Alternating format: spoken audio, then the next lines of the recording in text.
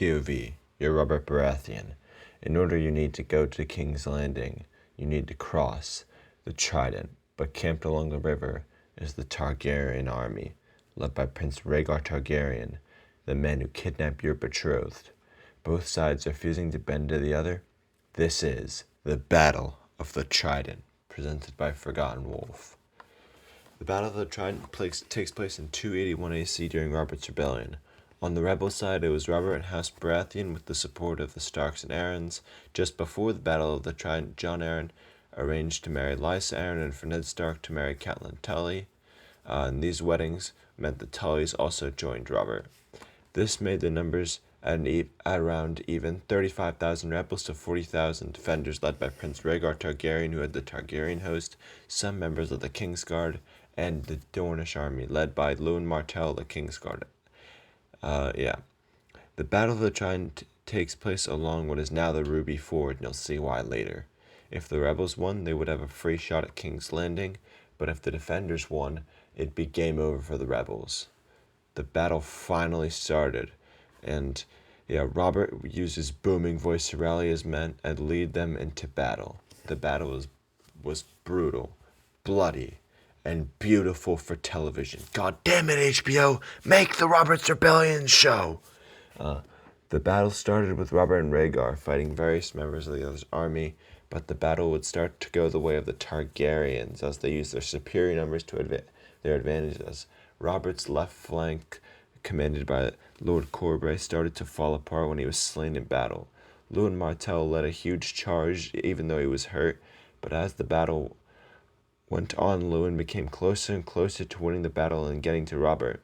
This would be until Sir Lyn Corbray would pick up his father's Valyrian sword and lead a heroic, desperate charge to push back the defenders, and this would ultimately be successful as the first major death of the battle occurred with Lyn Corbray killing Lewin Martell, the Dornish prince, meaning that for now, Robert's left flank was secure.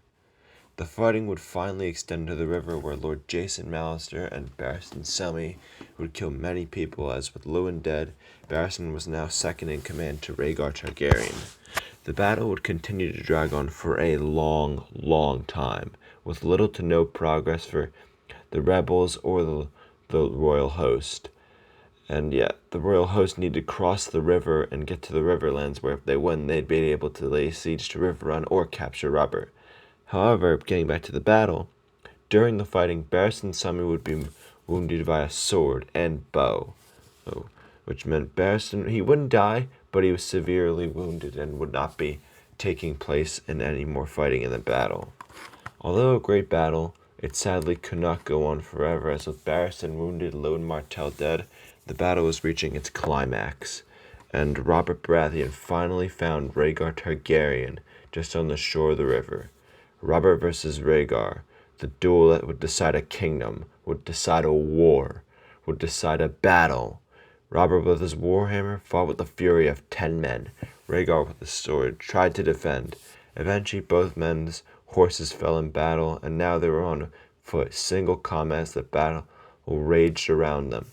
They fought and fought, trading blow after blow, until Robert finally got one good swing of his hammer in and straight towards Rhaegar's chest, and boom! Rhaegar's armor shattered. The rubies in his armor shattered. His chest shattered. That gives the Ruby Ford its name. As Rhaegar's chest was destroyed and he was dying quickly, he had the strength to say one more word, and it was Lyanna, referring to Lyanna Stark, who he kidnapped, and their love would produce Jon Snow. Robert heard Rhaegar say Lyanna, and this enraged him, but he watched as Rhaegar Targaryen died, taking great pleasure in Rhaegar's death. With him, any chance of a royal victory died that day, as the royal host broke and fled without a leader. The rebels had won the Battle of the Trident, but it was at a heavy cost. But Robert was now heading for victory with a free shot to King's Landing. Many men would describe the Trident as what gave Robert Baratheon his crown, as Robert himself said the Trident is where he won his crown. But in the aftermath of the Trident, the rebels would get even more support, being of House Frey, while Robert pardoned Barris and Selmy, adding him to his side, creating even worse a chance for the defenders. Robert would be wounded in the Battle of the Trident, coming at great cost to him, preventing him from taking King's Landing, so in his place he sent his best friend Ned Stark to take the capital.